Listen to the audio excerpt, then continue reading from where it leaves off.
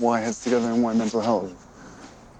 It was your idea, I think. It was your idea. It's a common thread, wasn't it? Mental health sort of seemed to run between all the different areas that we were working in. So whether it's homelessness and the military with yourself and addiction with me and bereavement, there's a sort of underlying thread, wasn't there, of mental health. And this idea that, I suppose, all of us coming together to find a common theme and to show people how to have those, what we're calling sort of simple conversations and starting those conversations, which is often the hardest bit, really. But as you said, it's like almost like a form of medicine. Yeah. But as a young mother actually said that to me at the Anna Forey Centre, she said actually just talking to somebody, having those conversations is like medicine for her. Yeah. And that is the point, is that actually it's okay to have that conversation, even if it is uncomfortable or awkward, but it's just starting it. But the pressures on children nowadays, I think, are more than they ever were for us as well. Huge. I think each generation can say that.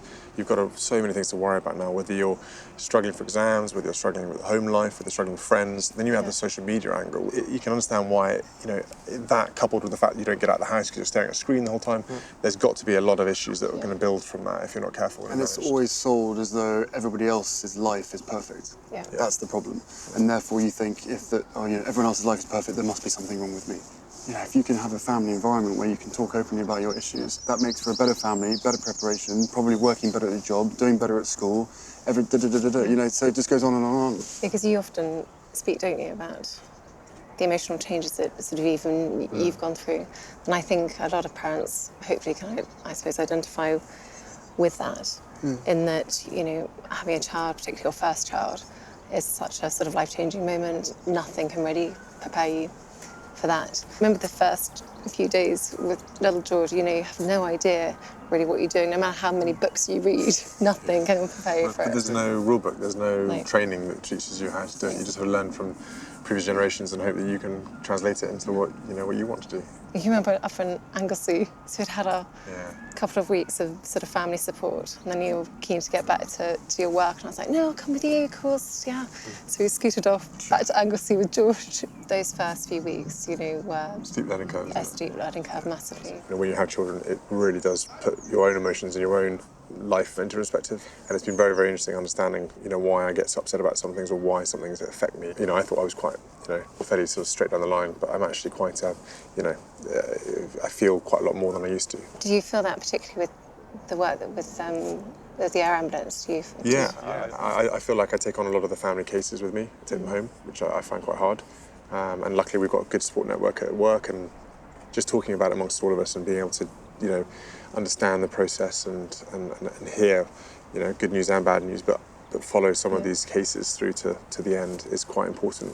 And it's not just the individual, is it? It has such an effect. Such an effect. On the rest of the family? Precisely. Family, friends, everyone that cares about you. So you've got that one individual in the middle. And then no one really, especially with the veterans piece as well, all the focus always seems to be on the individual with the injuries. Exactly. If it's physical injuries, then it's supposedly easier because you can see those injuries, where if it's hidden wounds, then no one can see that, but still that person is the focus. But the effect that has on them, their family and their friends is huge because people care about you. Yeah. But that is part of the healing process, and it's part of sharing your problems to halve them and to make them better with someone you trust and someone you know is going to help you. Yeah. Both of us have always been open to each other, saying, we've never really talked about it. We've never really talked about losing a mum at such a young age. And when you speak to other people's families and little kids and stuff, you think, wow, I don't want them to have to go through the same thing. So you want to, with a little bit of experience, you want to help as much as you can and try and empower them to have that conversation and to be brave enough for themselves to talk about it at a young age rather than bottling it up for far too long. Considering everything that you boys obviously sadly went through and the trauma that you experienced, I do, particularly with the work within early intervention and things like that I've been doing in the early years, I do think it's incredible how strong and how you've been able to cope, really. And I put that down to your really early years, childhood experience. But also the relationship that you've got. You're amazingly close. Yeah. And yes, Most of the time. Most of the time. No, but and some families sadly aren't as lucky as you guys have been, and being able to share things. But we have been brought closer because of the circumstances as well. That's the thing. Yeah. You are, uniquely bonded because of what we've been through. Yeah. But even Harry and I, over the years, have not talked enough about our mother. We've enough. Has doing this campaign sort of made you realise that to a certain extent? I think so. I always thought to myself, you know, what's the point in bringing up the past? What's the point in bringing up something that's only going to make you sad? It ain't going to change it. It ain't going to bring her back. And when you start thinking like that, it can be really damaging. And you always said to me, you said, you know, you've got to sit down and think about those memories. But for me, it was like, don't want to think about it.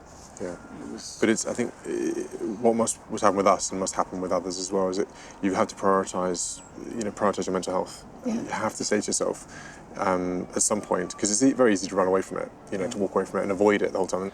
You know, someone has to take the lead and has to be brave enough to force that conversation.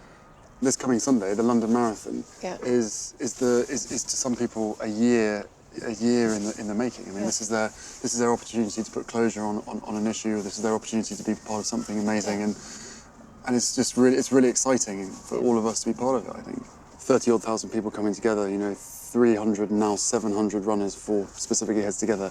Everybody in the marathon being given a headband. Yeah. People running for just all sorts of different reasons. But as you guys have clearly pointed out over and over again, you could draw 150 charities that everybody's running for around in a circle, and in the middle will be mental health.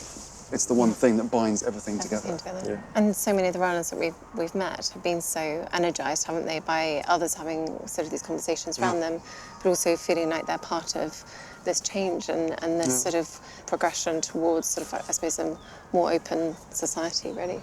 Mental health marathon.